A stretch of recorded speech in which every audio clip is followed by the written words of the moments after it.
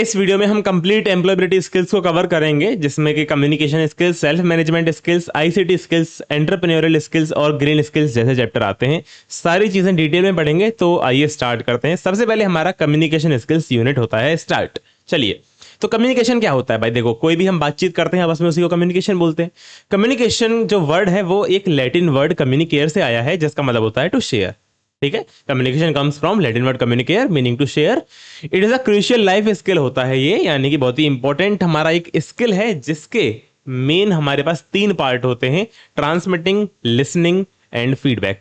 तीनों को जल्दी जल्दी समझ लेते हैं। ट्रांसमिटिंग का मतलब होता है कि मैं जो बात बोल रहा हूं उसको रिसीवर तक पहुंचाना, यानी कि आप सुन रहे हो, मैं बोल रहा हूं, तो मैं अपनी बात को आप तक पहुंचा रहा हूं, उसी को ट्रांसमिटिंग बोलते हैं। The sender transmits a message. जो सेंडर है वो मैसेज को ट्रांसमिट कर रहा है। देन लिसनिंग का मतलब है कि आप मेरी बात को सुन रहे हो और समझ रहे हो। The receiver listens to and understands the message. Then final आता है हमारा फीडबैक यानी कि आप बात समझ गए, फिर आपने कमेंट किया कि भैया हमें समझ में आ गया, यानी कि रिसीवर ने रेस्पॉन्ड दिया उस बात पे कि हाँ, मुझे आपकी बात समझ में आई। ठीक है, so the receiver responds to the sender to complete the communication cycle. इस तरह से कम्युनिकेशन साइकिल आपकी कंप्लीट हो जाती है।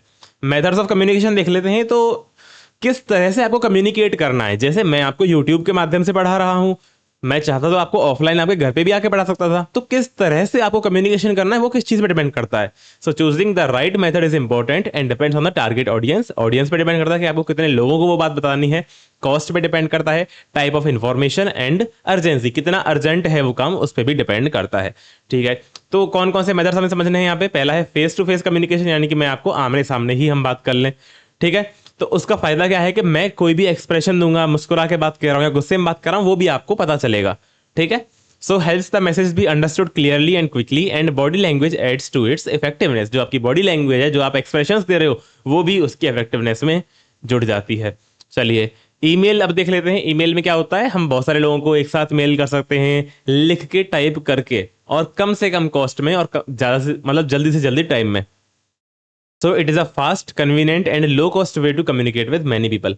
देन आपका नोटिस और पोस्टर आता है। इसमें क्या होता है, they are effective for conveying the same message to a large people. अगर आपको बहुत सारे लोगों को कोई भी सेम मैसेज देना है और ऑनलाइन नहीं जाना चाहते, आप ईमेल नहीं करना चाहते, तो आप नोटिस या फिर पोस्टर भी डाल सकते हो।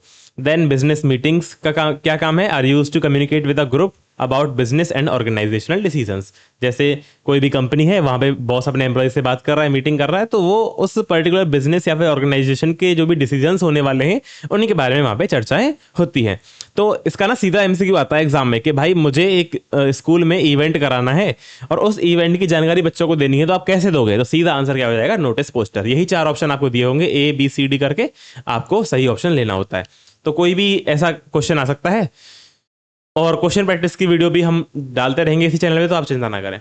नेक्स्ट आता है आपका वर्बल कम्युनिकेशन। मतलब एक तो वर्बल कम्युनिकेशन होता है और उसके बाद एक हमारा नॉन वर्बल कम्युनिकेशन होता है। हम दोनों को पढ़ेंगे, आइए देखते हैं। वर्बल कम्युनिकेशन का मतलब होता है जिस कम्युनिकेशन में हम शब्दों का प्रयोग कर रहे हैं, हम बोल रहे हैं, उसको वर्बल कम्युनिकेशन बोलते हैं। So the verbal communication uses sounds, words and language. ठीक है, ये मोस्ट इफेक्टिव वे है अपने इमोशंस को एक्सप्रेस करने का। वर्बल कम्युनिकेशन है, कुछ टाइप्स दिए हुए हैं यहाँ पे: interpersonal communication, written communication, small group communication and public communication. Interpersonal का मतलब है एक दूसरे से बात करना, मतलब 2 लोगों के बीच में one on one conversation. So a one on one conversation between 2 people को हम बोलते हैं इंटरपर्सनल कम्युनिकेशन। रिटन कम्युनिकेशन की बात करें तो uses words in letters, reports और ईमेल, यानी कि जो कम्युनिकेशन आपने लिख के बोल दिया, जो बात आपने लिख के दे दी, वही रिटन कम्युनिकेशन है। सीधी सी बात है। तो लेटर लिख दिया, ईमेल लिख दिया, रिपोर्ट लिख दी, नोटिस लिख दिया, पोस्टर लिख दिया, वो सब हो गया आपका रिटन कम्युनिकेशन। देन आता है स्मॉल ग्रुप कम्युनिकेशन। नाम से पता चल रहा है कि भाई कुछ कम लोग बात कर रहे हैं, लेकिन 2 से ज्यादा होंगे, क्योंकि अगर 2 लोग हैं तो वो इंटरपर्सनल कम्युनिकेशन हो जाएगा, लेकिन 2 से ज्यादा हैं लेकिन बहुत ज्यादा नहीं है, तो वो स्मॉल ग्रुप कम्युनिकेशन हो जाएगा। Involves more than 2 people like a team meeting, जैसे कि टीम मीटिंग हो गई। देन आता है आपका पब्लिक कम्युनिकेशन, यानी कि इसमें बहुत सारे लोग हैं, जैसे कि नेताओं की जो रैली होती है, वो बहुत सारे लोगों को एक साथ एड्रेस करते हैं, उसको हम बोलेंगे public communication. 1 person addresses a large gathering. Advantages की बात करें हम वर्बल कम्युनिकेशन के, तो it is easy to exchange ideas and get a quick response. ठीक है, मतलब जो भी आप बातें कर रहे हो बहुत ही आसानी से कर पाओगे और तुरंत आपको रेस्पॉन्स ही मिलेगा सामने वाले से। मतलब आपने कुछ बोला, सामने वाला वो भी कुछ बोल देगा अपने शब्दों का प्रयोग करके। अगर आप वर्ड्स का यूज ही नहीं कर रहे हो, आप केवल इशारों में बात कर रहे हो, तो कम्युनिकेशन में बहुत ज़्यादा टाइम लगेगा और क्विक जो कन्वर्सेशन है वो नहीं हो पाएगी। सो वर्ड्स का यूज करना बहुत इंपॉर्टेंट हो जाता है हमारे कम्युनिकेशन में। डिसएडवांटेज क्या है? Meanings can be confusing if the right words aren't used. अगर आप सही शब्दों का प्रयोग नहीं करते, आपकी ग्रामर ही वीक है, आपके जो शब्दकोश है वही ठीक नहीं है, तो मीनिंग्स वो है जो है उनमें कंफ्यूजन हो सकती है। वर्बल कम्युनिकेशन को इंप्रूव करने के लिए you should be concise, clear and confident. अगर आप जो है कंसाइज, क्लियर और कॉन्फिडेंट होना चाहिए। कंसाइज का मतलब क्या है, क्लियर का मतलब क्या है, कॉन्फिडेंट का मतलब क्या है, ये भी हम आगे पढ़ेंगे 7 C's ऑफ कम्युनिकेशन में, आगे जो हमारा टॉपिक आने वाला है।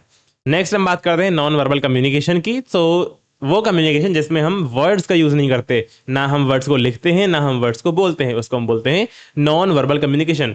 So it is the expression of messages without using spoken और written words. It accounts for our 93% of our daily communication. समझ रहे हो कि हमारा रोज का जितना भी कम्युनिकेशन हम करते हैं ना, जितनी बातचीत हम जितनी भी आइडियाज का एक्सचेंज करते हैं एक दूसरे के साथ, उसमें से 93% तो केवल नॉन वर्बल कम्युनिकेशन होता है, जिसके अंदर हमारा 55% होता है बॉडी मूवमेंट्स एंड एक्सप्रेशंस, 38% होता है voice tone and pauses, and 7% केवल है हमारा वर्ड्स।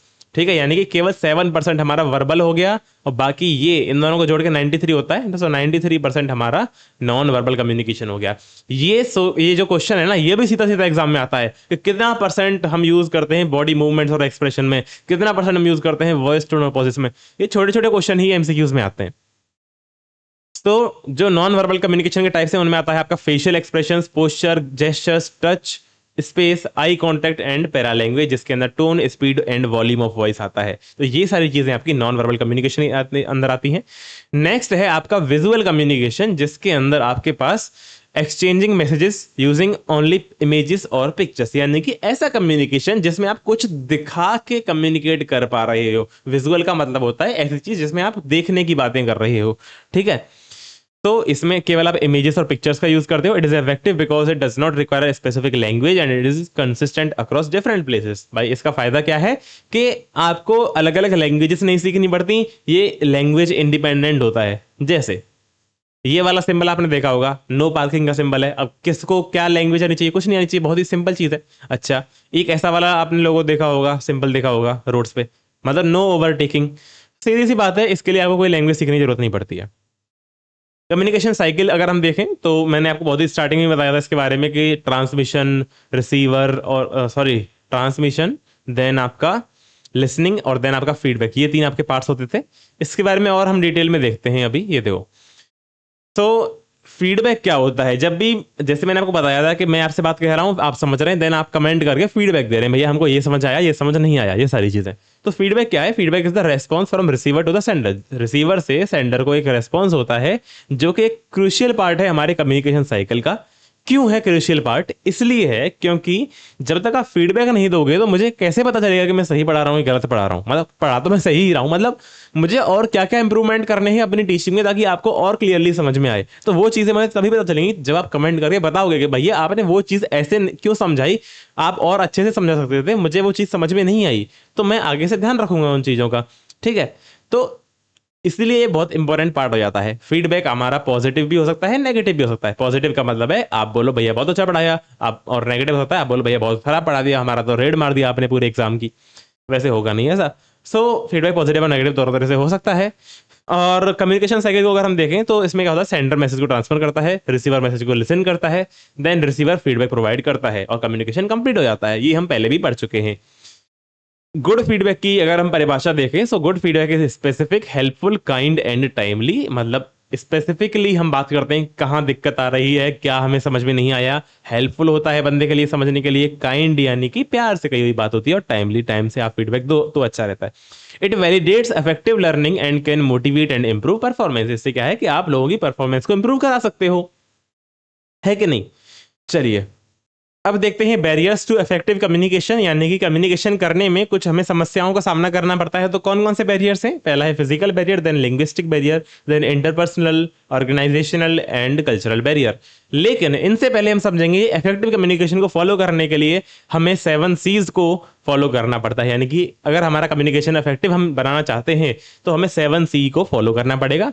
जैसे आपने साइंस में कभी 3R पढ़ा होगा, 3Rs में क्या होता था, रिड्यूस, रीयूज, रिसाइकिल। उसी तरह से कम्युनिकेशन में 7 C होते हैं, जिसमें सबसे पहला है क्लियर, यानी कि आपकी बात जो है वो क्लियर होनी चाहिए। क्लियर का मतलब सीधा सीधा ये है कि आपको जो बात बोलनी है वो आप एज इट इज बोलिए और आप शब्दों का एरफेर ना करें, कंफ्यूजन ना करें दूसरे बंदे के साथ। कंसाइज की बात करें तो आप एग्जैक्ट अपनी बात ब्रीफ में बोलिए without any other things. Concrete की बात करें तो आपकी बात के अंदर फैक्ट्स होने चाहिए, आपकी बात फर्जी नहीं होनी चाहिए। करेक्ट का मतलब है कि आपका जो ग्रामर वगैरह है या फिर जो आप वर्ड्स का यूज कर रहे हो वो करेक्ट होना चाहिए। कोहेरेंट का मतलब है कि आपकी बात के अंदर लॉजिक होना चाहिए, ऐसे ही आलतू फालतू की बात ना करें आप, ठीक है। देन कंप्लीट, यानी कि आप पूरी बात करें, आधी अधूरी बात ना करें। कर्टियस का मतलब है कि भाई दूसरे बंदे के साथ आप काइंड रहें, ऐसा नहीं है गुस्से में बात बोल रहे हो, अरे बाहर में आ तू मेरी बात सुन, ऐसे नहीं होता है। प्यार से आपको अपनी अपनी बात रखनी पड़ती है, तभी आपका इफेक्टिव कम्युनिकेशन माना जाएगा। तो ये 7 C हैं, ये आपको फॉलो करने होते हैं, तभी आपका कम्युनिकेशन इफेक्टिव माना जाता है। बहुत ही इंपॉर्टेंट टॉपिक है, 7 C's कम्युनिकेशन के आपके एग्जाम में पूछ लिए जाते हैं। अब बात करते हैं कम्युनिकेशन बैरियर्स की। तो कौन कौन से बैरियर हैं भाई हमारे पास? पहला है फिजिकल बैरियर। फिजिकल बैरियर जैसे environmental condition that block a message. कोई ऐसी कंडीशन आ गई एनवायरमेंट में ही कि आप बात ही नहीं कर पा रहे हो एक दूसरे से, like not being able to see somebody's language. आप किसी दूसरे की भाषा को नहीं समझ, मतलब लैंग्वेज का मतलब है कि लाइक कोई अपनी बात कहना तो चाह रहा है लेकिन आप उसको समझ नहीं पा रहे हैं, ठीक है। लाइक कह सकते हैं कि बहुत तेज आंधी चल रही है और वो बोल पा रहा है, आप सुन ही नहीं पा रहे हैं, एनवायरमेंटल कंडीशन आ गई। देन आपका लिंग्विस्टिक बैरियर, यानी कि एक दूसरे की लैंग्वेज को नहीं समझ पाना, the inability to communicate in a shared language due to slang और जर्गन। यानी कि जो आपकी लोकल बोलियां होती हैं, ठीक है, स्लैंग लैंग्वेजेस हैं, तो उनकी वजह से आप नहीं समझ पा रहे हो एक दूसरे की भाषा को। जैसे मैं बताता हूँ, मैं हूँ थोड़ा मेरी जो भाषा है वो है ब्रज भाषा, ठीक है, हिंदी है लेकिन जो बोली है वो ब्रज है। लेकिन मेरा जो दोस्त यहाँ पे रहता है मेरे साथ कॉलेज में, वो है थोड़ा कानपुर से आगे का, उसके यहाँ बोली जाती है कन्नौजी। तो हम बोलते दोनों हिंदी हैं, लेकिन मेरी ब्रज है, उसकी कन्नौजी है। तो अलग अलग बोलियां हैं जिनकी वजह से हम कम्युनिकेट नहीं कर पाते, कर लेते हैं, मतलब अब तो हमारी कॉमन लैंग्वेज तो ये है जिसको हम बोल रहे हैं, जो सिंपल हिंदी है आपकी, ठीक है। लेकिन मैं आपको एक एग्जांपल दे रहा हूँ। देन आपका इंटरपर्सनल बैरियर आता है, आपकी आपके दोस्त से लड़ाई ही होगी तो फिर क्या ही बात करोगे। सो पर्सनल डिफरेंसेस और lack of willingness to communicate, सामने वाला बंदा बात ही नहीं करना चाह रहा तो क्या बात करोगे। देन आता है आपका ऑर्गेनाइजेशनल बैरियर, यानी कि जो आपके ऑर्गेनाइजेशन में जो सेट ऑफ रूल्स हैं बात करने के, वो आपको रोक देते हैं कम्युनिकेट ठीक से करने में। So strict rules and hierarchical structure, यानी कि आपका बॉस है, उसके अंदर 3 लोग हैं, फिर वो आप अपने आप में खुद बॉस हैं, देन आपके नीचे कुछ लोग काम करते हैं। तो आपको इनसे कुछ तमीज़ें बात करनी पड़ेगी और इनको इनसे कुछ तमीज़ें बात करनी पड़ेगी, और आप अगर उनसे बात करोगे ऊपर वाले बॉस से तो भी आपको बहुत ज़्यादा तमीज़ें बात करनी पड़ेगी। तो इसका मतलब क्या है कि आपको जो हायरार्की है ऑफिस के अंदर, उसमें भी कुछ चीज़ें बात करने के कुछ रूल्स होते हैं, और आपका जो फ्लो है कम्युनिकेशन का वो फ्लो नहीं आ पाता ठीक से। So that block the free flow of communication. Then हमारा कल्चरल बैरियर आता है।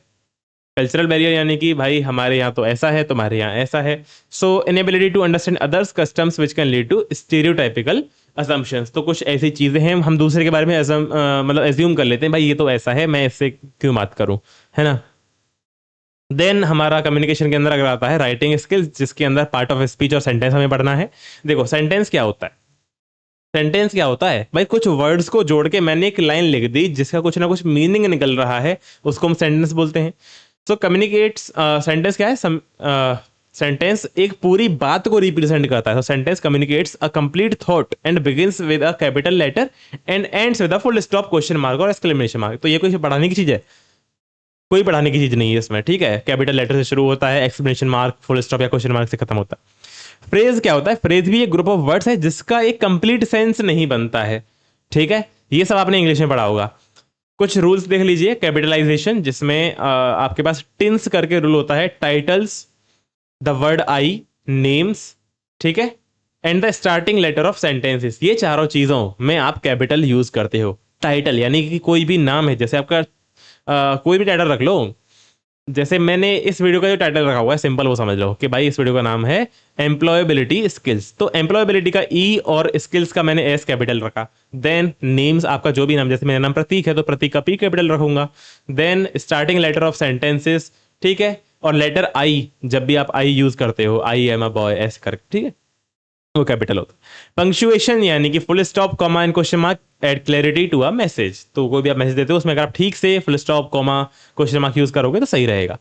पार्ट्स ऑफ स्पीच की बात करें तो नाउन, प्रोनाउन, एडजेक्टिव, वर्ब और एडवर्ब होते हैं। तो supporting words like article, conjunction, prepositions and interjections are also used to connect parts of sentence. तो सेंटेंस में कनेक्शन के लिए हम प्रीपोजिशन, कंजंक्शन, इंटरजेक्शन ये भी यूज करते हैं और आर्टिकल्स भी यूज करते हैं। आर्टिकल आपको पता होगा ए, एन और द। सेंटेंस स्ट्रक्चर की हम बात करें तो सब्जेक्ट, वर्ब और ऑब्जेक्ट हमारे पास होती है। सब्जेक्ट जो काम कर रहा है उसको हम सब्जेक्ट बोलते हैं। जैसे मैं कहूं राम गोज टू स्कूल, तो क्या हो जाएगा हमारा यहाँ पे, राम हमारा सब्जेक्ट है, गोज हमारा वर्ब है और स्कूल हमारा ऑब्जेक्ट है। तो जो काम हो रहा है उसको वर्ब कहते हैं, ऑब्जेक्ट जो है जिसके ऊपर काम हो रहा है, ठीक है। एक्टिव वॉइस, सब्जेक्ट काम कर रहा है, पैसिव वॉइस में सब्जेक्ट पे काम हो रहा है, ठीक है। जैसे आई रीड द रामायण, तो एक्टिव हो गया, रामायण इज रीड बाई मी, सो वो आपका पैसिव हो गया, ठीक है। ये तो आपको ज्यादा पता होंगी यार, आप इंग्लिश वगैरह पढ़ते होंगे ठीक ठाक। टाइप्स ऑफ सेंटेंस देख लेते हैं। तो हमारे पास statement, question, exclamatory and imperative, चार तरह के हमें टाइप्स हमें पढ़ने हैं। स्टेटमेंट यानी कि आपने कोई बात कह दी और फुल स्टॉप से एंड कर दी, वो स्टेटमेंट हो गया। जैसे मैंने बोला कि if you add 2 + 2 then result is 5, ये तो एक स्टेटमेंट हो गया, खत्म हो गई बात। क्वेश्चन है मतलब कोई भी आप बात पूछ रहे हो उसको क्वेश्चन बोलते हैं, क्वेश्चन मार्क से एंड होता है। एक्सक्लेमेटरी यानी कि कोई स्ट्रॉन्ग इमोशन आप दिखा दिया कि अरे यहाँ पे अब तो सांप है, देन आप ये वाला एक्सक्लेमेशन का साइन यूज करोगे तो ये एक्सक्लेमेटरी सेंटेंस हो गया।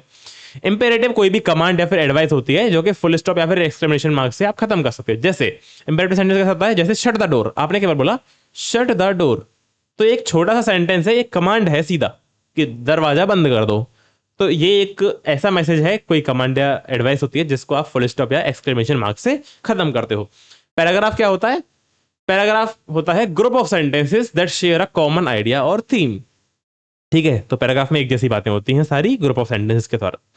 तो पहला जो यूनिट था हमारा, पहला जो चैप्टर था कम्युनिकेशन स्किल हमारा खत्म हो चुका है। अब आता है हमारा self management skills. Self management का मतलब होता है कि अपने खुद के कम्युनिकेशन स्किल्स पे, अपने खुद के इमोशंस पे, अपने बिहेवियर पे, अपने थॉट्स पे सोचना, विचार करना, अपने आप को समझना, उसको हम सेल्फ मैनेजमेंट स्किल बोलते हैं। सो सेल्फ मैनेजमेंट और self control is the ability to control one's emotions, thoughts and behaviour effectively in different situation. अलग अलग सिचुएशंस में, अलग अलग परिस्थितियों में आप अपने आप को कैसे कंट्रोल करते हो, उसी को हम सेल्फ मैनेजमेंट बोलते हैं। इसके अंदर आपका motivating one self and setting goals भी आता है, यानी कि खुद को मोटिवेट करना, अपने गोल्स को सेट करना, सारी चीजें सेल्फ मैनेजमेंट स्किल के अंदर आती हैं। So people with strong self management skills often perform better at work and in life. तो जिनके अच्छे सेल्फ मैनेजमेंट स्किल होते हैं वो अपने ऑफिस में, अपने वर्क में और अपने जीवन में अच्छा परफॉर्म करते हैं।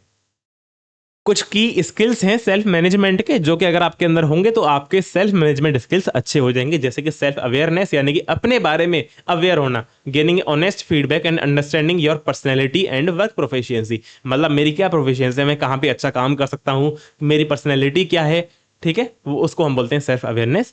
रेस्पॉन्सिबिलिटी यानी कि जो आप काम कर रहे हो उसकी आप ओनरशिप, जिम्मेदारी लो, रेस्पॉन्सिबिलिटी लो और उस काम को अच्छे से करो। टाइम मैनेजमेंट यानी कि आपको टास्क को प्रायोरिटाइज करना है कि भाई अभी मेरे लिए इंपॉर्टेंट है मैथ्स को पढ़ना और बाद में मैं आईटी कर लूंगा, मतलब इस तरह से आपको टाइम को मैनेज करना होता है। And following a time table to avoid wasted time. Adaptability यानी कि आप नई इंफॉर्मेशन के साथ अपडेटेड रहें और जो भी चेंजेस हो रहे हैं उसके साथ अडेप्ट होने को आप तैयार रहें। जैसे अभी मैं बीटेक कर रहा हूं कंप्यूटर साइंस से, ठीक है, तो बहुत सारे लोगों में इंक्लूडिंग मी भाई डर है कि जिस चीज की मैं तैयारी कर रहा हूं, जैसे मैं वेब डेवलपमेंट कर रहा हूं फॉर एग्जांपल, तो मुझे ये लग रहा है कि भाई इस काम को तो एआई कर देगा आगे जाके। तो आपको फिर उसी तरह से तैयार होना है ना कि जो एआई वाली जो जॉब्स हैं आप उसमें भी काम कर पाओ, तो अडेप्ट करना है आपको चेंजेस के साथ। देन आपका स्ट्रेस मैनेजमेंट आता है। स्ट्रेस मैनेजमेंट यानी कि, अच्छा पहले स्ट्रेस क्या होता है। स्ट्रेस होता है किसी भी तरह की टेंशन जिसकी वजह से आपका दिमाग परेशान है, ठीक है। So stress is our emotional, mental, physical और social reaction to perceived demand और थ्रेट। कोई भी ऐसा डर या फिर कोई भी ऐसी डिमांड जिसकी वजह से आपके जो मेंटल, इमोशनल, फिजिकल और सोशल रिएक्शंस होते हैं उसको स्ट्रेस बोलते हैं। अच्छा, ये जो डिमांड और थ्रेट है इसको हम बोलते हैं स्ट्रेसर। स्ट्रेसर यानी कि कोई भी ऐसी वजह जिसकी वजह से आपको स्ट्रेस हो रहा है। तो हेल्पफुल स्ट्रेस भी होती है और हार्मफुल स्ट्रेस भी होती है। हेल्पफुल स्ट्रेस जैसे आपके पास एक फायर अलार्म बजा, जिस जहाँ पे आप काम कर रहे हो, जैसे आपका स्कूल कॉलेज है, वहां पे फायर अलार्म बजा यानी कि आग लग गई है तो आपको भागना पड़ेगा, तो वो एक हेल्पफुल स्ट्रेस हुई कि आपको टेंशन तो हुई भाई आग लगने वाली है, लेकिन आप उससे बच गए, फायदा हुआ उससे। A deadline motivating you to finish a task, तो आप मान लो आपका कल एग्जाम है और वही होगा, क्योंकि आप मेरी वीडियोस को तभी देखते हो जब आपका बिल्कुल एग्जाम आने वाला होता है, तो डेडलाइन है बिल्कुल भाई, अब तो खत्म है, करना ही है काम, तो उसकी वजह से भी आप मेरी वीडियो देखने आ गए अभी, वो भी एक हेल्पफुल स्ट्रेस हो गई। हार्मफुल स्ट्रेस का मतलब कि आप बहुत ज्यादा लंबे टाइम तक स्ट्रेस में हो और डिप्रेशन का भी शिकार हो सकते हो। तो prolonged stress can harm your health, can limit your ability to function well, हो सकता है आप काम भी ठीक से ना कर पाओ।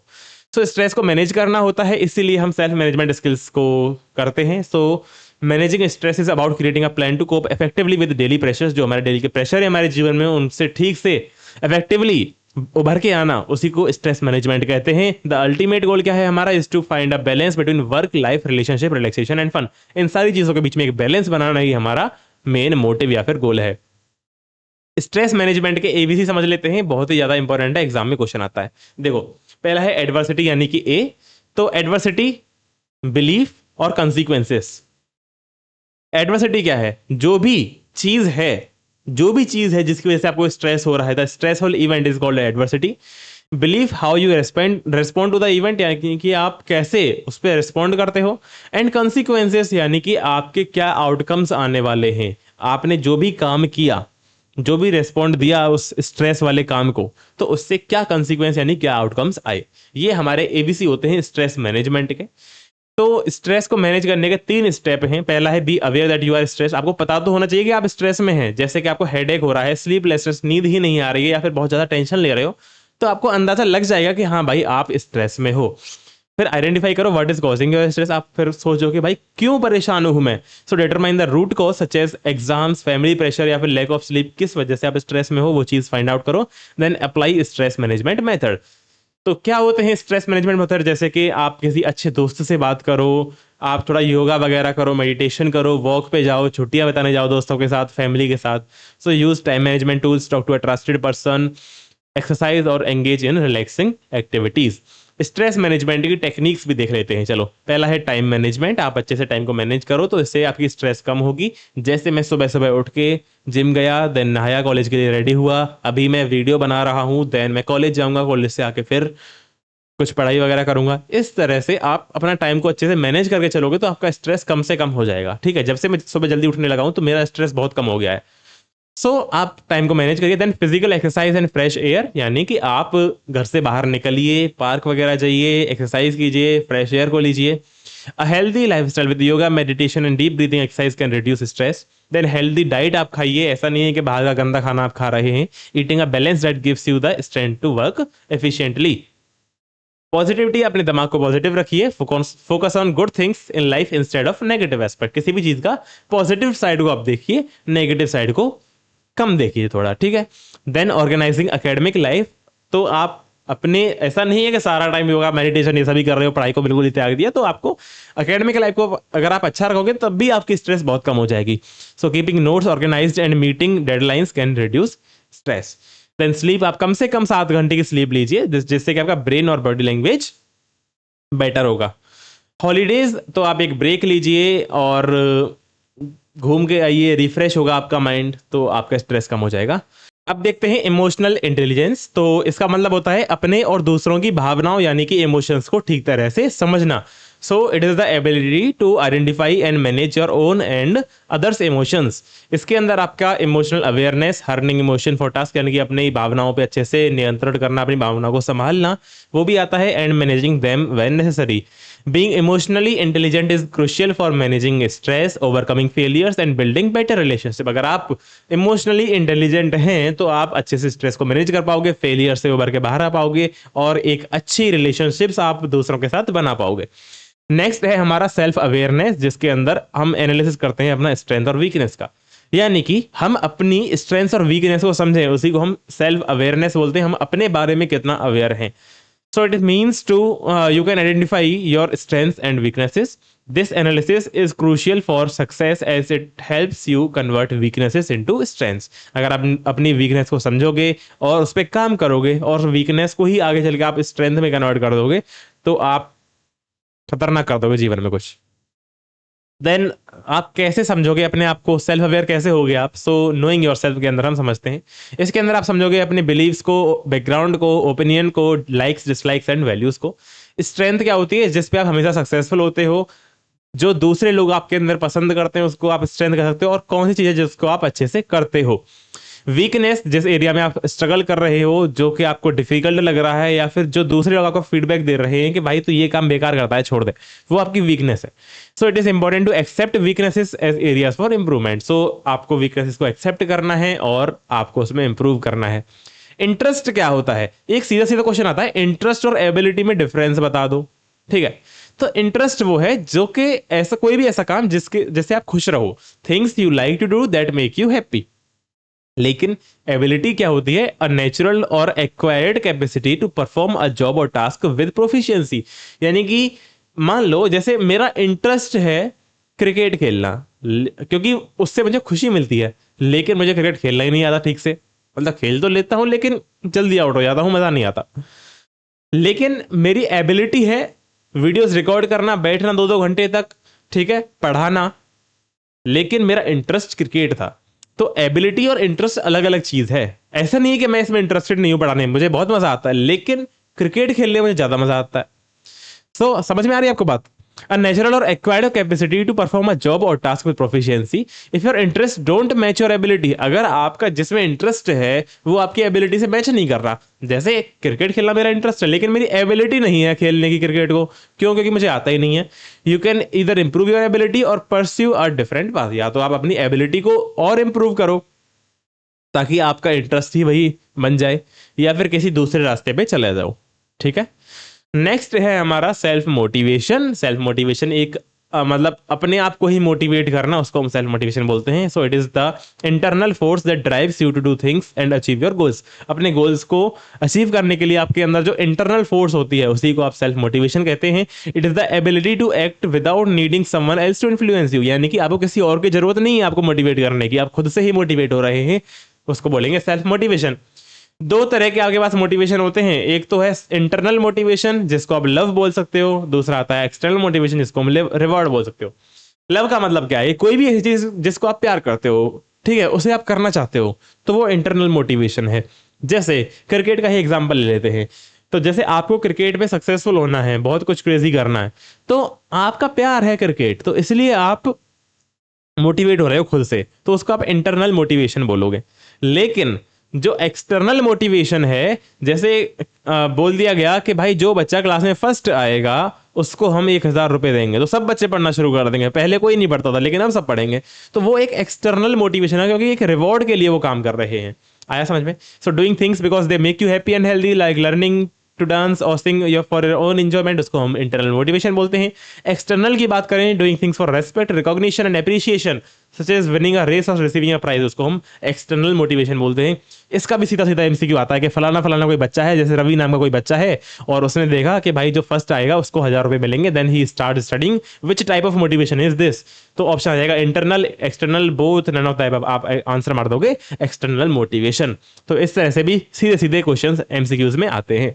सेल्फ मोटिवेशन आप कैसे बना सकते हो अपने अंदर, कैसे बना सकते हो, आइए समझते हैं। तो जो सेल्फ मोटिवेटेड लोग होते हैं उनकी क्या क्वालिटीज होती हैं? They are focused, know what is important and they are dedicated to fulfilling their dreams. तो वो डेडिकेटेड होते हैं अपने ड्रीम्स को फुलफिल करने के लिए, उनको पता होता है कि क्या इंपॉर्टेंट है क्या इंपॉर्टेंट नहीं है, और वो फोकस करके काम करते हैं।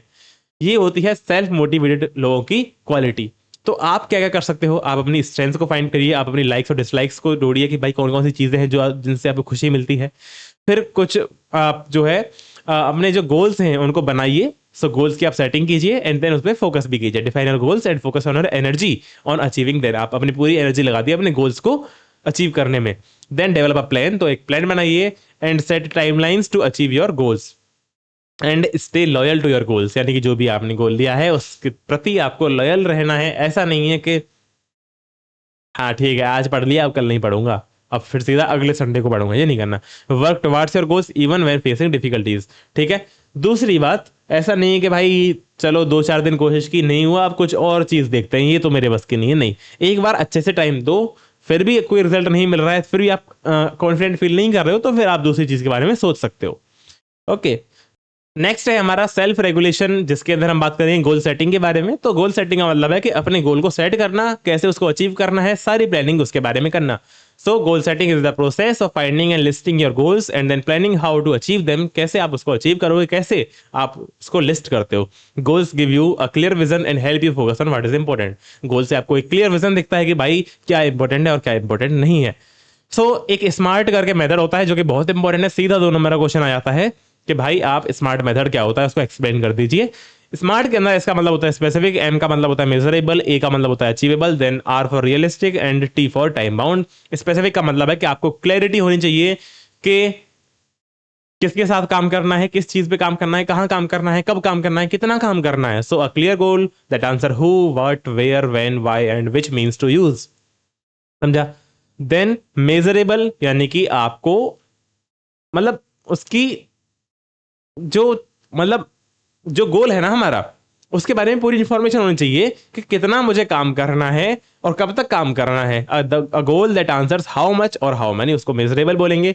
अचीवेबल यानी कि आप उस गोल को अचीवेबल बना दीजिए। जैसे कोई बहुत बड़ा मैंने टारगेट लिया, उसमें से मैं पहले उसको तोड़ के छोटे टारगेट में बोलूंगा कि मुझे आज के लिए फिलहाल इतना काम करना है, देन कल मुझे कम से कम इतना काम करना है। तो उसको छोटे छोटे टारगेट्स में तोड़ दीजिए, breaking down a big goal into smaller more manageable parts. Realistic यानी कि ऐसा गोल लेना जिसको आप अचीव कर भी पाओ। ऐसा मत सोचना कि भाई मैं तो ये कर दूंगा, और जो कोई ऐसी चीज मत सोच लेना जिसको आप कर ही नहीं सकते। ठीक है, कुछ चीजें होती हैं। A goal you can actually work towards. Then time bound यानी कि आपको एक टाइम फ्रेम भी देना पड़ता है अपने आप को कि भाई मुझे तब तक इस काम को खत्म करना ही है। जैसे आपने आज सोचा हुआ है कि आज मुझे एम्प्लॉयबिलिटी स्किल्स का 1 शॉट वीडियो देखना ही है, पूरा कुछ भी करके तो देखना ही है, तो आप एक स्पेसिफिक टाइम फ्रेम भी रख लीजिए कंप्लीशन के लिए, है ना। तो टाइम मैनेजमेंट की थोड़ी सी बात करते हैं अब। सेल्फ रेगुलेशन के अंदर अभी हमने गोल सेटिंग की बात की थी, अब टाइम मैनेजमेंट देखते हैं। टाइम मैनेजमेंट क्या होता है? Ability to plan and control how you spend your time to get things done. तो आप कैसे अपना टाइम स्पेंड कर रहे हो चीजों को करने में। It helps you complete task on time, making a daily time table and avoiding wasting time. तो आप टाइम को वेस्ट ना करो, टाइम टेबल बनाओ, ठीक है, और ट्रैक करो अपने टास्क को कि मैं क्या कर रहा हूँ, कब कर रहा हूँ, वो सारी चीजें, तो आपका टाइम मैनेजमेंट अच्छा होगा। 4 स्टेप है इफेक्टिव टाइम मैनेजमेंट के लिए। Organise, prioritise, control and track. Organise के अंदर आता है plan your activities and keep your surroundings clean to save time. देखो, अगर आप अपनी टेबल वगैरह पे अच्छे से साफ सफाई रखोगे ना, तो बहुत ही, देखो, स्ट्रेस भी कम होता है उससे। भाई जब आपकी जो स्टडी टेबल है वो बहुत ही गंदी है और ऐसे सामान बिखरा पड़ा है, तो इतना मन नहीं करना पड़ने का। लेकिन अगर आपके टेबल पे गिनी चुनी 2-4 किताबें रखी हैं और पेन रखी है, तो आपका भी मन करेगा एक बार खोल के देख ही लूं। ठीक है, तो ऑर्गेनाइज अगर आप चीजों को करोगे तो आपका टाइम भी थोड़ा बचेगा साफ सफाई में। देन प्रायोरिटाइज, तो आप एक टू डू लिस्ट बनाइए कि मुझे ये काम करना है, और एक्टिविटीज को रैंक करिए, प्रायोरिटी दीजिए कि भाई सबसे पहले मुझे ये करना है, सबसे पहले मुझे एम्प्लॉयबिलिटी स्किल का 1 शॉट देखना है, देन मुझे मैथ्स की वो वाली एक्सरसाइज करनी है, देन मुझे साइंस का वो वाला चैप्टर करना है। इस तरह से कंट्रोल कीजिए अपनी टाइम वेस्टिंग एक्टिविटीज पे। जिन एक्टिविटीज से आपका टाइम वेस्ट होता है उन पे आप कंट्रोल कीजिए, जैसे कि फोन हो गया और चैटिंग वगैरह हो गई लोगों के साथ, है ना। सो देन है आपका track. Note where you spend your time to analyse if you have used it effectively. तो आप अपना पूरा टाइम को ट्रैक ट्रैक कीजिए कि मैंने पूरे दिन में क्या किया, कब किया और टाइम कहाँ कहाँ वेस्ट किया। कुछ टिप्स हैं यहाँ पे टाइम मैनेजमेंट के लिए। Avoid delays, organise your space, create no disturbance zone for important task. यानी कि जब भी कोई आप इंपॉर्टेंट टास्क कर रहे हो तो घर वालों को बोल दो कि मुझे आप बिल्कुल भी डिस्टर्ब ना करें, मैं काम कर रहा हूँ। Use waiting time productively and replace useless activities with productive ones. तो जो भी फालतू की एक्टिविटीज आप करते हो उनको रिप्लेस कर दो आप अच्छे कामों के साथ, ठीक है। चलो, नेक्स्ट हमारा यूनिट यानी कि नेक्स्ट हमारा जो चैप्टर है उसका नाम है information and communication technology skills, जिसको हम शॉर्ट में बोलते हैं आईसीटी स्किल। इसको करते हैं अब शुरू। आईसीटी का मतलब आपको मैंने भी बोल दिया है, information and communication technology skill. इसका मतलब क्या होता है? It refers to all methods and tools used for storing, recording and sending digital information. Digital information को रिकॉर्ड करना, स्टोर करना, यूज करना, शेयर करना, सेंड करना, उसी को हम आईसीटी स्किल बोलते हैं या फिर आईसीटी बोलते हैं, ठीक है। आईसीटी के डिवाइसेस कौन कौन से होते हैं? टैबलेट, स्मार्टफोन और लैपटॉप या फिर कंप्यूटर, ठीक है। So these skills are essential for communication, business and staying connected with friends and family. सीधी सी बात है भाई, आजकल आप अपने घर वालों से कैसे बात करते हो, अपने दोस्तों से कैसे बात करते हो? फोन की हेल्प से, लैपटॉप की हेल्प से। ठीक है। और जो बाहर के लोगों से भी अगर आपको कनेक्ट करना है, अच्छे लोगों से कनेक्ट करना है, तो वो भी केवल एक ही माध्यम है, फोन से, है ना। तो आईसीटी बहुत ही इंपॉर्टेंट रोल प्ले कर रहा है आज के हमारे टाइम में। तो कंप्यूटर के बारे में कुछ बेसिक ऑपरेशन पढ़ने हैं हमें। देखो, दो पार्ट होते हैं कंप्यूटर के, हार्डवेयर और सॉफ्टवेयर। हार्डवेयर वो पार्ट है जिसको हम देख भी सकते हैं और टच भी कर सकते हैं, जैसे कीबोर्ड, मॉनिटर और सीपीयू। सॉफ्टवेयर वो पार्ट है जिसको हम ना तो देख सकते हैं ना टच कर सकते हैं। अब आप बोलोगे कि नहीं, हम तो देख सकते हैं, ये देखो स्क्रीन दिख रही है, स्क्रीन के अंदर जो टेक्स्ट लिखा हुआ है, ये देखो मैंने यहाँ पे पेन चला दी, पेन से मैंने कुछ नाम लिख दिया, वो भी दिख रहा है, लेकिन समझ रहे हो, मतलब जो इसके पीछे कोड हुआ है बैकग्राउंड में, वो तो नहीं दिख रहा। अरे ये हुआ कैसे है, ये तो एक आपको बना के दे दी गई है चीज, इसके बैकग्राउंड में क्या चल रहा है वो नहीं दिख रहा आपको। So the programs and data that make the hardware work, the most important software जो होता है वो होता है हमारा ऑपरेटिंग सिस्टम, जिसमें कि आपका एग्जांपल दे रखे हैं Microsoft Windows, Mac OS, Ubuntu and Android. क्या होता है ऑपरेटिंग सिस्टम? कोई भी ऐसा सॉफ्टवेयर जो कि हमारे कंप्यूटर को स्टार्ट करने में ही हेल्प करता है। देखो, अगर मेरे लैपटॉप में विंडोज ही नहीं होंगी तो क्या लैपटॉप चलाऊंगा मैं? तो विंडोज हो गया। आपके फोन में एंड्रॉइड या फिर आईओएस नहीं होगा तो आप कैसे चलाओगे अपना फोन? तो ऑपरेटिंग सिस्टम वो सॉफ्टवेयर जो 24 घंटे चलता है फोन के अंदर। जब भी आप फोन को पावर ऑन करते हो तुरंत ऑपरेटिंग सिस्टम चालू होता है, और जब भी आप बंद करते हो तो एंड में ऑपरेटिंग सिस्टम बंद होता है। ठीक है। So to start a computer, press the power button on the CPU, it will automatically run a program called BIOS, यानी कि बेसिक इनपुट आउटपुट सिस्टम सबसे पहले रन होता है, जिससे कि सेल्फ टेस्ट होता है, देन ऑपरेटिंग सिस्टम लोड हो जाता है। अगर आपसे पूछा जाए कि ऑपरेटिंग सिस्टम तो सबसे पहले ओपन होता है, लेकिन कोई ऐसी चीज भी है जो ऑपरेटिंग सिस्टम से भी पहले होती है कंप्यूटर में? जी, वो है बीआईओएस, यानी कि बेसिक इनपुट आउटपुट सिस्टम। उसमें कंप्यूटर में चेक्स होते हैं कि सारी चीजें ठीक से हैं या नहीं है। तो कंप्यूटर को सिक्योर करने के लिए आपके पास एक लॉगिन आईडी, पासवर्ड होना चाहिए, और जब भी आप शटडाउन वगैरह करो, मतलब जब भी आपको काम बंद करना है, तो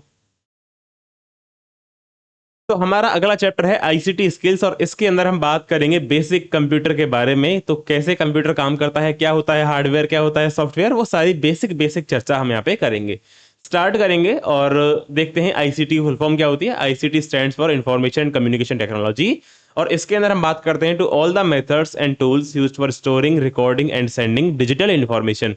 हमारे कंप्यूटर में जो भी इंफॉर्मेशन है उसको हम डिजिटल इंफॉर्मेशन बोलते हैं। उसको कैसे स्टोर करना है, कैसे रिकॉर्ड करना है, कैसे सेंड करना है, वो सारी बात हम आईसीटी स्किल्स के अंदर करते हैं। देन आईसीटी डिवाइसेस अगर हम देखें तो टैबलेट, स्मार्टफोन और लैपटॉप जैसे डिवाइसेस को हम आईसीटी डिवाइसेस बोलते हैं। एंड जो आपके आईसीटी स्किल्स हैं, these skills are essential for communication, business and staying connected with family and friends. देखो, अगर आपको फोन चलाना नहीं आता तो आप कैसे घर पे बात कर पाओगे अपने फैमिली के साथ, या फिर अपने दोस्तों से कैसे आप बात कर पाओगे फोन कॉल पे? तो बहुत ही बेसिक बेसिक चीजें आपको पता होनी चाहिए, तभी आप अपने बिजनेस में, अपने कम्युनिकेशन में और फैमिली एंड फ्रेंड से कनेक्टेड होने में हेल्प ले सकते हो आईसीटी डिवाइसेस की। अब समझते हैं मेन चीज कि भाई हमारा जो कंप्यूटर है ना, उसके दो पार्ट होते हैं मेन। एक तो होता है हार्डवेयर, दूसरा होता है सॉफ्टवेयर। हार्डवेयर वो फिजिकल पार्ट होते हैं that you can see and touch, जिनको आप देख सकते हो और छू सकते हो, like the keyboard, monitor and CPU.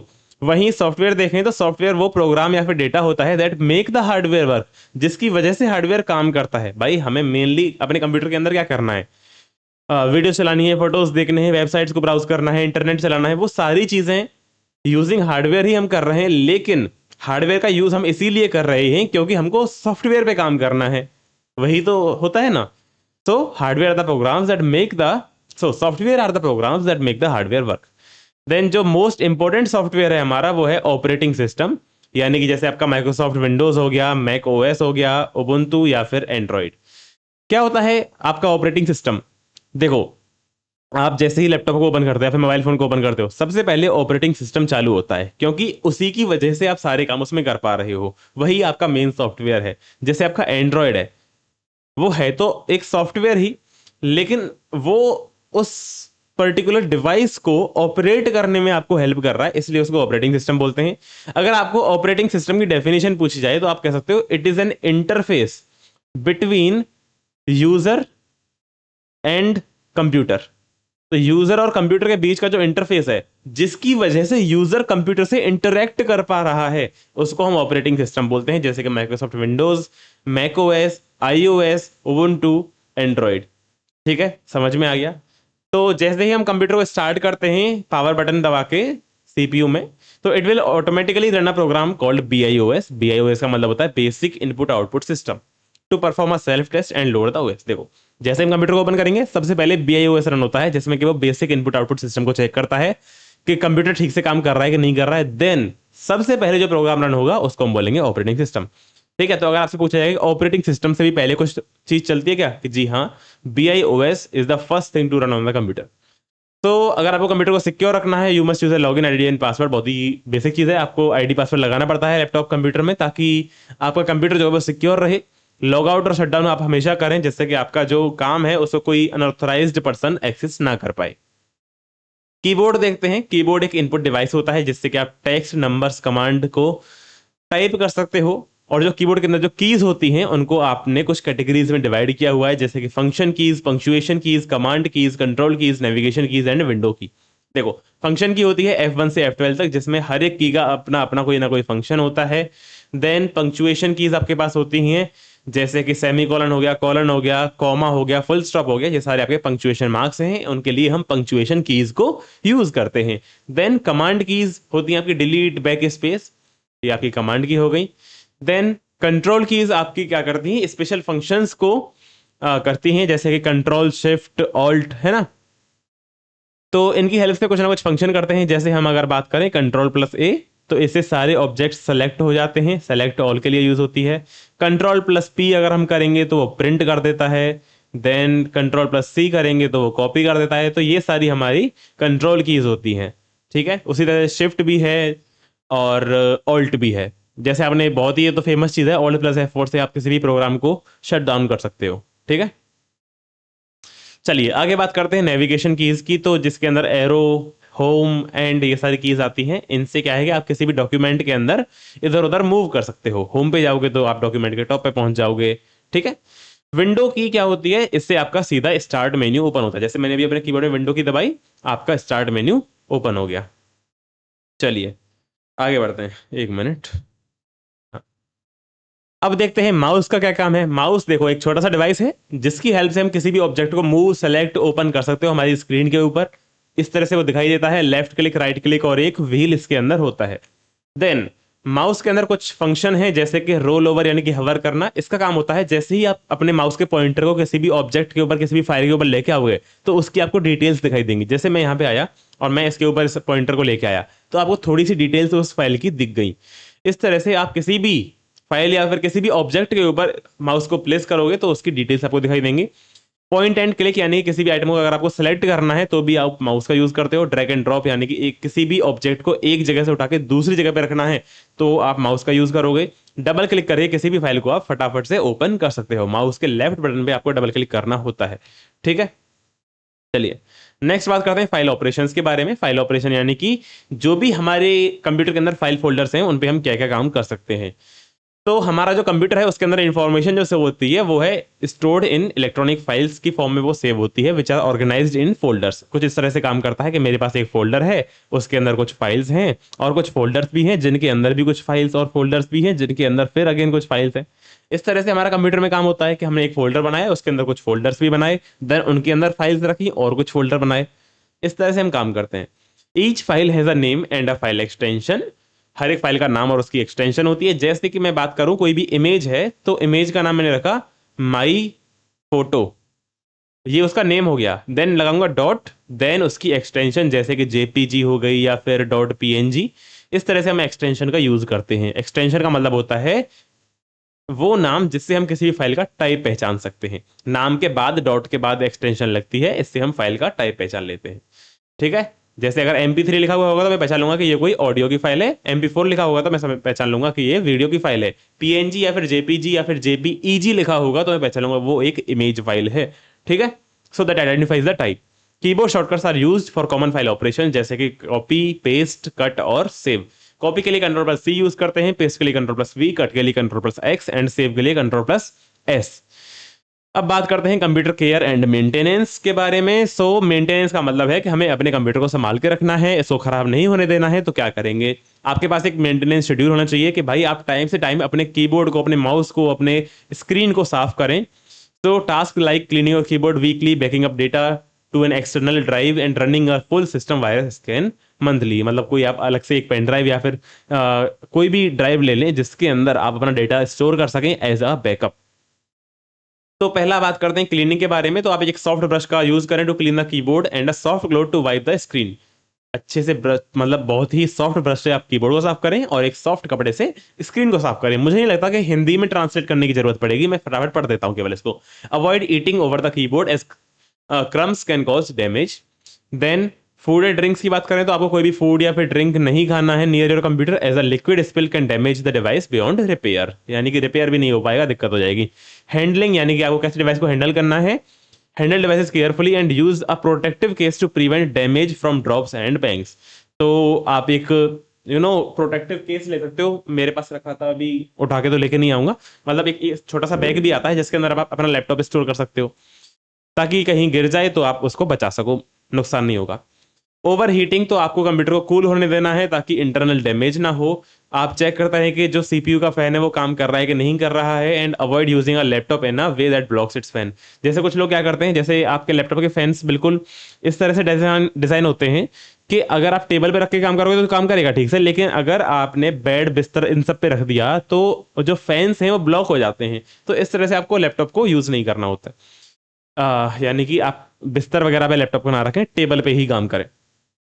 Battery, so overcharge ना करें अपनी बैटरी को। Then unplug the device when it's fully charge to prevent over heating and to extend battery life. Performance कैसे आप अच्छी बना सकते हो। Avoid running too many programs at once as this can make the computer slow और cause it to crash. बहुत सारे programmes run नहीं करने, जितना काम है उतने ही प्रोग्राम आप रन करें, क्रैश हो सकता है computer. You can increase performance by removing unnecessary files and installing unused programs. जो भी प्रोग्राम आप यूज नहीं करते, जो भी सॉफ्टवेयर आप यूज नहीं करते हो उनको डिलीट कर दो, जो भी फाइल्स आप यूज नहीं करते उनको डिलीट कर दो। अब देखते हैं कंप्यूटर सिक्योरिटी एंड प्राइवेसी। तो इसके अंदर हम बात करते हैं कि हम अपने कंप्यूटर को कैसे बचा सकते हैं हमारा डेटा चोरी होने से, हमारे कंप्यूटर में वायरस आने से हम कैसे अपने कंप्यूटर को प्रोटेक्ट कर सकते हैं। So it involves measures to prevent data loss और लीकेज। सिक्योरिटी ब्रीच क्या होता है? It is the leakage of information stored on a computer. Threats क्या क्या हो सकते हैं हमारे कंप्यूटर को, क्या क्या हानियां हो सकती हैं वो देख लेते हैं। पहला है थेफ्ट, यानी कि आपका डेटा चोरी हो जाए, क्या पता। तो पहला तो है फिजिकल थेफ्ट हो जाए, यानी कंप्यूटर ही चोरी हो जाए, वो अलग बात है। देन बात करते हैं आइडेंटिटी थेफ्ट, यानी कि कोई हैकर है जो कि आपकी पर्सनल इंफॉर्मेशन को चुरा लेता है। या फिर सॉफ्टवेयर पायरेसी, जो कि आप लोग भी करते हो कि भाई मैंने तो फर्जी सॉफ्टवेयर डाउनलोड कर लिया किसी वैसे ही ऑनलाइन वेबसाइट से जो कि मुझे फ्री में मिल गया, लेकिन रियलिटी में वो पेड है लेकिन मुझे फ्री में मिल गया है, तो वो सॉफ्टवेयर पायरेसी के अंदर आता है, जो कि अपने आप में एक चोरी है। वायरस क्या होता है? वायरस एक ऐसा प्रोग्राम है that can damage data and steel information. आपकी इंफॉर्मेशन को स्टील कर सकता है, यानी कि आपकी इंफॉर्मेशन को चोरी कर सकता है। वॉर्म और ट्रोजन हॉर्स। वॉर्म क्या होता है? एक ऐसी चीज है जो कि रेप्लिकेट करती है, यानी एक ऐसी फाइल है जो कि रेप्लिकेट करती है और हर एक फाइल के अंदर घुस जाती है और आपके कंप्यूटर को डैमेज करता है। लेकिन ट्रोजन हॉर्स अपने आप को डिस्गाइज करता है, यानी कि अपने आप को छिपाता है, अपनी आइडेंटिटी छिपाता है कि मैं एक भयानक खतरनाक चीज हूं, और अपने आप को बताता है as a useful program before destroying data. वो दिखाता है कि मैं तो एक अच्छा प्रोग्राम हूं। आप सोचोगे हाँ भाई मुझे तो ये डाउनलोड करना चाहिए, जैसे आप उसको डाउनलोड करोगे आपका डेटा को वो डिस्ट्रॉय कर देगा। ऑनलाइन स्कैम भी होते हैं आपके साथ कि भाई आप लॉटरी जीत गए हो और आपको पहले 5,000 रुपए देने पड़ेंगे, देन हम आपको 1 करोड़ रुपए दे देंगे। ऐसे आप स्कैम से फंस सकते हो। Deceptive offers that lead to the loss of money and misuse of your account information. Data protection अगर हम देखें तो क्या होता है डेटा प्रोटेक्शन, कैसे हम अपने कंप्यूटर को बचा सकते हैं इन सब चीजों से। पहली बात, आप स्ट्रॉन्ग पासवर्ड का यूज करें ताकि कोई आपका पासवर्ड गैस करके ही किसी साइट पे आपके नाम से लॉगिन ना कर ले। सो स्ट्रॉन्ग पासवर्ड यूज करो that is difficult to guess by combining letter, number and special character. Example अगर हम देखें एक स्ट्रॉन्ग पासवर्ड का लिखने को आ जाता है कभी एग्जाम में, तो एग्जाम्पल है आपका HKPB#$1247K। इस तरह से आप कोई भी रैंडम पासवर्ड डाल देना जिसके अंदर letter, number, symbol, capital letter, small letter सब कुछ हो, तो ये आपका स्ट्रॉन्ग पासवर्ड होता है। आपके पास कुछ रैंडम पासवर्ड जनरेटर साइट्स भी होती हैं जिससे आप पासवर्ड जनरेट भी कर सकते हो, वो भी आप एग्जाम में लिख के आ सकते हो। कुछ इस तरह का ही पासवर्ड वो जनरेट करके आपको देती है। सिक्योरिटी सॉफ्टवेयर क्या क्या होते हैं? जैसे कि आपके पास मैकेफी हो गया, इस तरह से कुछ सॉफ्टवेयर आते हैं जिनकी हेल्प से आप अपने कंप्यूटर में एंटीवायरस लगा सकते हो। So install antivirus and firewall software to monitor data and prevent virus from entering into your system. Firewall क्या होता है? कोई भी ऐसा हार्डवेयर या फिर सॉफ्टवेयर होता है जिसकी हेल्प से आप अपने कंप्यूटर में कोई भी हार्मफुल प्रोग्राम को घुसने से रोकते हैं। सिक्योर साइट्स को आप हमेशा यूज करें, कोई भी फर्जी साइट पे ना जाएं। So only give personal details on secure sites which have an address starting with HTTPS and a log symbol. देखो सिक्योर साइट आप कैसे पहचानोगे? सिक्योर साइट हमेशा HTTPS से स्टार्ट होती है इस तरह से, और उसके साइड में एक इस तरह से लॉक का सिंबल बना हुआ होता है। ये आपको डिस्क्राइब करता है कि ये साइट जो है सिक्योर है। अगर केवल HTTP है उसका मतलब होता है हाइपर टेक्स्ट ट्रांसफर प्रोटोकॉल। आपने छोटी क्लासों में पढ़ा होगा, नहीं पढ़ा तो कोई बात नहीं। अगर HTTPS है तो इसका मतलब होता है hyper text transfer protocol as for secure. ठीक है, चलिए आगे बढ़ते हैं। हमारा अगला चैप्टर है एंटरप्रेन्योरियल स्किल्स। आइए स्टार्ट करते हैं, समझते हैं क्या होती है एंटरप्रेन्योरशिप। लेकिन इससे पहले आपको फटाफट एक कंसेप्ट समझा देता हूं ताकि आपको चीजें और क्लियर हों शुरू से, बेसिक से। पहले हम ये वाला पेज पढ़ेंगे, देन वापस हम शुरू करेंगे अपने चैप्टर को। चलिए, तो करियर के बारे में पहले चर्चा करते हैं। करियर क्या होता है? करियर कोई भी ऐसा फील्ड, कोई भी ऐसा क्षेत्र जिसमें आप काम करते हो पैसा कमाने के लिए। सिंपल सी बात है, a career is a line of work, कोई भी ऐसा line of work that a person takes for life. अपने जीवन में वो काम करता है उस पर्टिकुलर क्षेत्र में, उसको करियर बोलते हैं, जिससे वो पैसा कमाता है। देर आर टू वेज, पैसा कमाने के दो तरीके होते हैं। पहला है सेल्फ एम्प्लॉयमेंट, दूसरा है वेज एम्प्लॉयमेंट। सेल्फ एम्प्लॉयमेंट का मतलब होता है कि आप किसी के नीचे काम नहीं कर रहे हो, किसी ऑर्गेनाइजेशन के लिए, किसी स्कूल के लिए, किसी हॉस्पिटल के लिए, किसी के लिए भी काम नहीं कर रहे हो, आप खुद का काम कर रहे हो। ठीक है, आप किसी के लिए जॉब नहीं कर रहे हो, उसको हम सेल्फ एम्प्लॉयमेंट बोलते हैं। इसमें कोई भी फिक्स सैलरी नहीं होती, so no fix wages in self employment. Example देखें तो जैसे कि स्टार्टिंग योर ओन बिजनेस, आप खुद का बिजनेस कर रहे हो, तो आप किसी के नीचे काम नहीं कर रहे हो, लेकिन बल्कि आप दूसरों को जॉब दे रहे हो, आप जॉब नहीं कर रहे हो कुल मिला के। वेज एम्प्लॉयमेंट वहीं बात करें तो किसी ऑर्गेनाइजेशन के लिए या फिर किसी पर्सन के लिए जब काम करते हो उसको वेज एम्प्लॉयमेंट बोलते हैं। So working for a person और organisation is called wage employment. इसके अंदर आपको एक फिक्स सैलरी मिलती है। अगर मैं एग्जांपल की बात करूं तो सेल्फ एम्प्लॉयमेंट में जैसे कोई डॉक्टर है, उसने अपना क्लिनिक खोला हुआ है, तो वो सेल्फ एम्प्लॉयड है। वहीं अगर वही डॉक्टर किसी हॉस्पिटल के लिए काम करता है तो वो वेज एम्प्लॉयड हो गया। ठीक है, सो एंटरप्रेन्योर क्या होता है? अब entrepreneur is a self employed person who tries new ideas to satisfy your need. समझ में नहीं आया? कोई बात नहीं, अभी समझ में आएगा। कोई भी ऐसा इंसान जो कि सेल्फ एम्प्लॉयड है, यानी खुद का काम कर रहा है, किसी के लिए सैलरी के लिए काम नहीं कर रहा है, साथ के साथ वो दूसरों की नीड्स को सेटिस्फाई करने के लिए काम कर रहा है। और अच्छे से समझो, ये एक बिजनेसमैन होता है। अब तो कुछ कुछ क्लियर होने लगा होगा। कोई ऐसा बंदा जो बिजनेस कर रहा है, लेकिन उस बिजनेस के द्वारा वो लोगों की नीड्स को सेटिस्फाई कर रहा है। एग्जाम्पल के लिए मैं फार्मिंग के बारे में बात करता हूं। फार्मिंग में आप अभी केमिकल फर्टिलाइजर्स का यूज कर रहे हो। केमिकल फर्टिलाइजर से क्या हो रहा है? आपकी सॉइल जो है वो बंजर होती जा रही है, बिगड़ती जा रही है।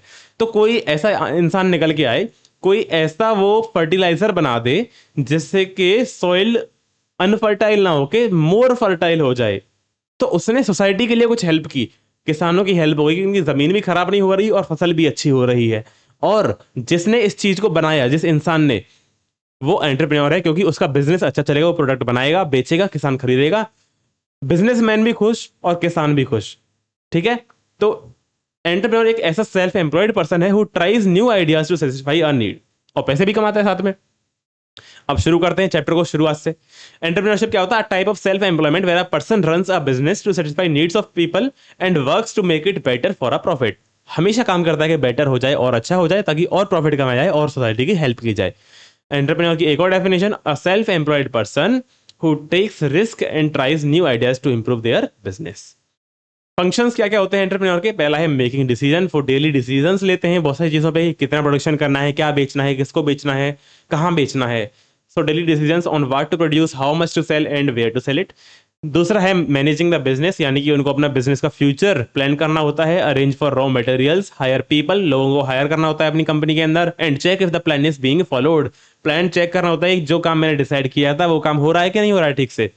इनकम को उसको डिवाइड करना होता है, जैसे कि जो भी वो बिजनेस में पैसा कमा रहा है, कितने का रॉ मटेरियल खरीदना है, कितने का उस कंपनी का रेंट देना है, कितनी सैलरी बांटनी है, वो सारी चीजें, मटेरियल, रेंट, सैलरी, सारी चीजें उसको डिवाइड करनी होती है इनकम को। रिस्क लेता है वो, they take risk against things like fires, lost items and theft. Then अगला है क्रिएटिंग न्यू मेथड्स, आइडियाज और प्रोडक्ट्स। बहुत इंपॉर्टेंट है फंक्शन, एग्जाम में सीधा क्वेश्चन आता है, write any 4 functions of entrepreneur, ध्यान रखना। सो नए मेथड्स बनाता है, आइडियाज और प्रोडक्ट बनाता है, they always try new things to increase their importance and income. कुछ मिथ्स हैं, यानी कुछ ऐसी बातें हैं जो कि सोसाइटी मानती है एंटरप्रेन्योर्स के बारे में, लेकिन वो बातें गलत हैं, वो मिथ बोलते हैं उस चीज को।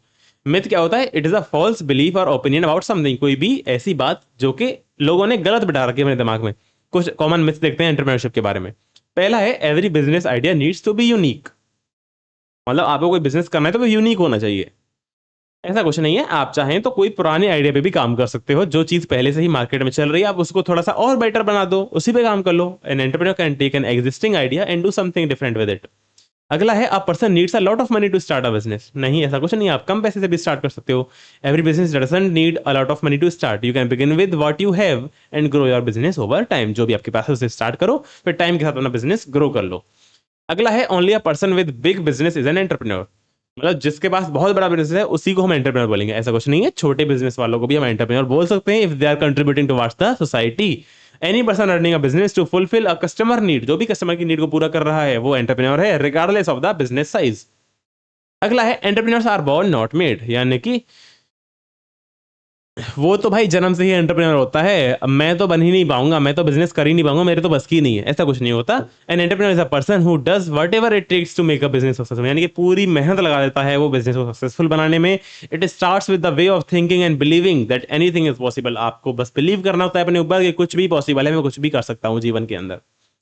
कैसे बन सकते हैं आप एंटरप्रेन्योर, कैसे आप बन सकते हो एक एंटरप्रेन्योर? सो प्रोसेस के अंदर आपके पास 3 स्टेज होती हैं, एंटर, सर्वाइव एंड ग्रो, यानी कि एक बार शुरू तो करो, एंटर करो बिजनेस में, start a business in the market, survive करो यानी कि कंपटीशन में आपको रुकना पड़ेगा, टिकना पड़ेगा, मेहनत करनी पड़ेगी, then grow, expand the business once it is stable, एक बार जैसे स्टेबल हो जाए आप बिजनेस को एक्सपेंड करो, बड़ा करो।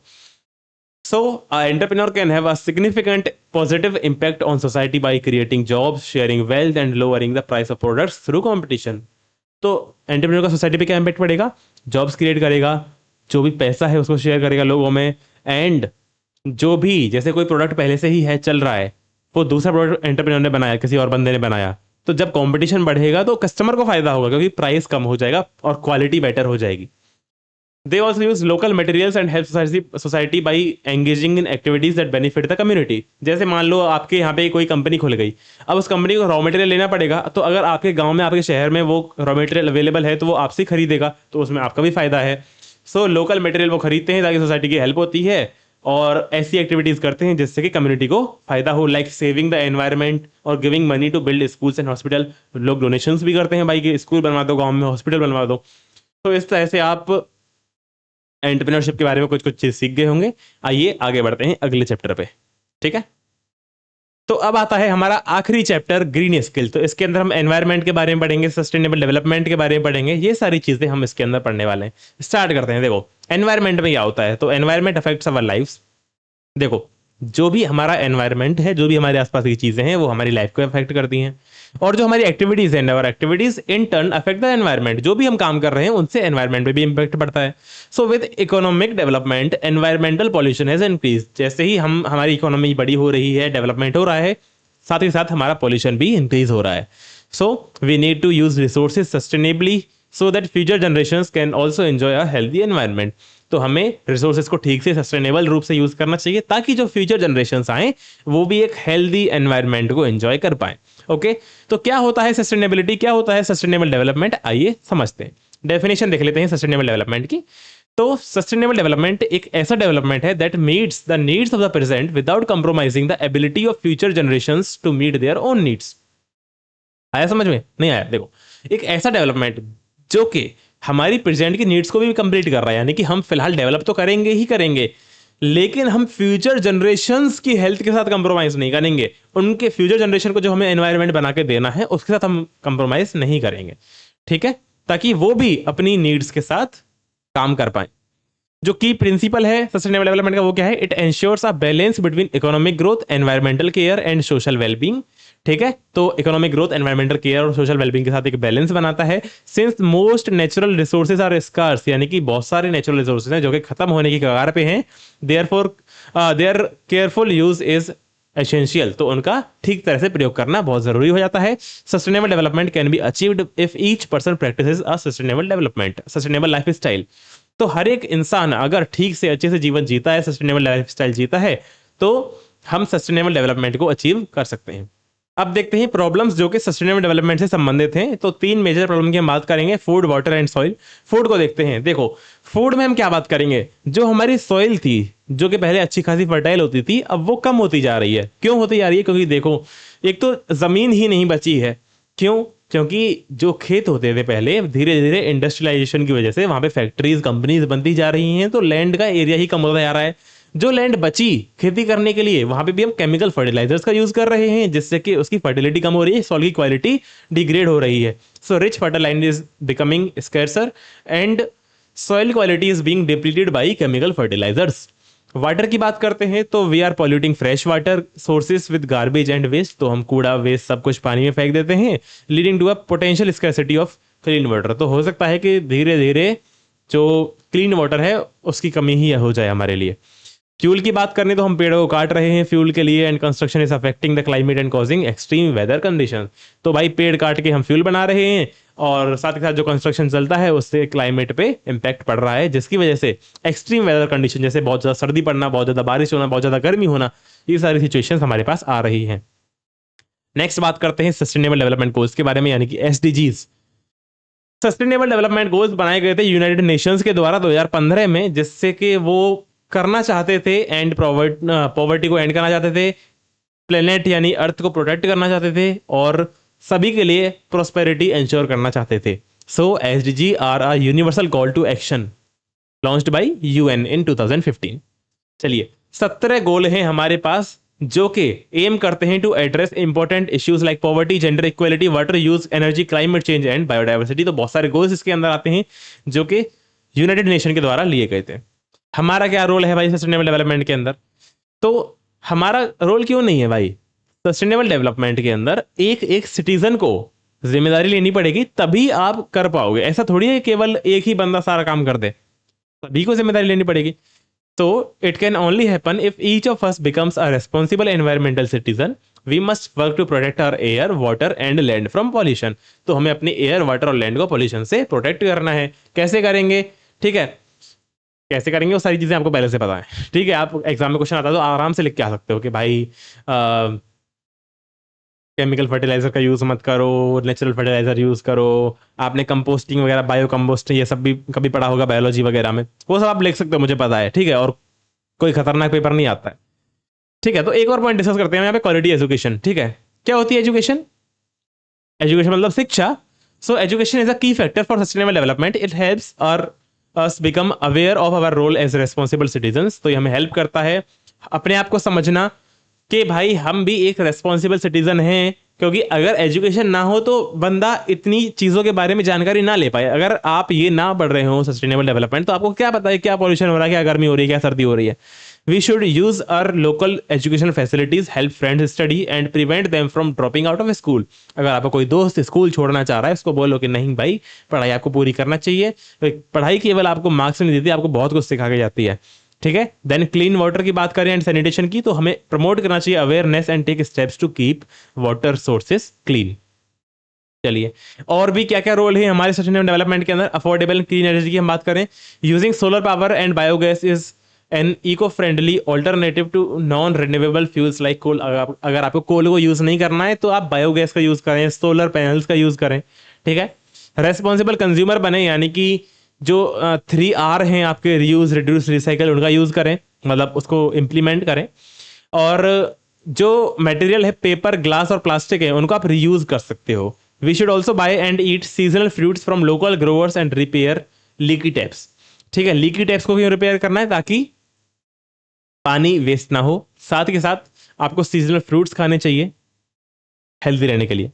प्रोटेक्ट लाइफ, यानी कि हमें मरीन लाइफ को प्रोटेक्ट करना है, क्योंकि देखो माइक्रो प्लास्टिक्स जाते हैं समुद्र के अंदर। आपने अगर थोड़ा बहुत इस चीज़ के बारे में पढ़ा हो, ठीक है, उससे जो पानी के अंदर रहने वाले जीव हैं उनको समस्याएं आती हैं। So we must protect marine life by saving oceans from plastic pollution and plant more trees to prevent soil erosion and protect life on land. ठीक है, तो एक ये तो हो गया वाटर लाइफ के बारे में, मरीन लाइफ के बारे में। दूसरी बात, हमें ज़्यादा से ज़्यादा पेड़ लगाने चाहिए ताकि सॉइल इरोजन कम हो, और जो लैंड पे हमारी लाइफ है, लैंड पे लाइफ का मतलब है जितने भी ऐसी प्रजातियां हैं जो धरती पे रहती हैं, चाहे वो शेर हो चाहे वो चींटी हो, सभी को हमें प्रोटेक्ट करना है। ओके, सो बस यही था हमारा पूरा का पूरा एम्प्लॉयबिलिटी स्किल। यहाँ पे हमारा ये जो पार्ट ए है वो कंप्लीट होता है खत्म। इसके अंदर हमने पांचों यूनिट्स को अच्छे से कवर कर लिया है। ये पीडीएफ आपको हमारे टेलीग्राम चैनल में मिल जाएगा, जिसका लिंक आपको डिस्क्रिप्शन में और कमेंट बॉक्स में मिल जाएगा। ठीक है, बहुत बहुत धन्यवाद।